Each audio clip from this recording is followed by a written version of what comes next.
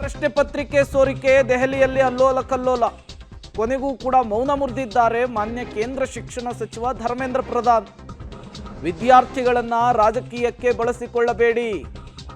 ಕಾಂಗ್ರೆಸ್ ನಾಯಕ ರಾಹುಲ್ ಗಾಂಧಿ ವಿರುದ್ಧವೂ ಕೂಡ ವಾಗ್ದಾಳಿಯನ್ನು ನಡೆಸಿದ್ದಾರೆ. ಕಾಂಗ್ರೆಸ್ನ ಹಿತಾಸಕ್ತಿಗಾಗಿ ವಿದ್ಯಾರ್ಥಿಗಳ ದುರ್ಬಳಕೆ ಆಗ್ತಾ ಇದೆ. ರಾಜಕೀಯ ನಾಟಕಕ್ಕೆ ಕಾಂಗ್ರೆಸ್ ಆದ್ಯತೆಯನ್ನು ಕೊಡ್ತಾ ಇದೆ ಅಂತ ಕಿಡಿಕಾರಿದ್ದಾರೆ ಧರ್ಮೇಂದ್ರ ಪ್ರಧಾನ್ ಅವರು.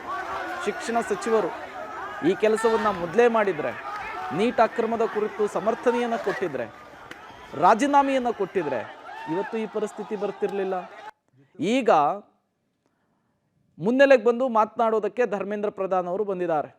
ಅದೇನೋ ಹೇಳ್ತಾರಲ್ಲ, ಕೋಟೆ ಕೊಳ್ಳೆ ಹೊಡ್ಕೊಂಡು ಹೋದ್ಮೇಲೆ ದಿಡ್ಡಿ ಬಾಗಿಲು ಹಾಕಿದ್ರು ಅಂತೇಳಿ.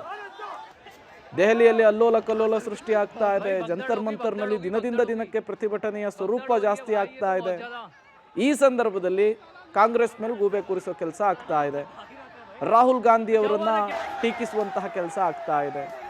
ಅವ್ರು ಮಾಡ್ತಾ ಇರೋದು ರಾಜಕೀಯವಾದ್ರೆ ಈಗ ನಿಮ್ಮ ಸ್ಟೇಟ್ಮೆಂಟು ಕೂಡ ರಾಜಕೀಯ ರೂಪದಲ್ಲಿಯೇ ಇದೆ.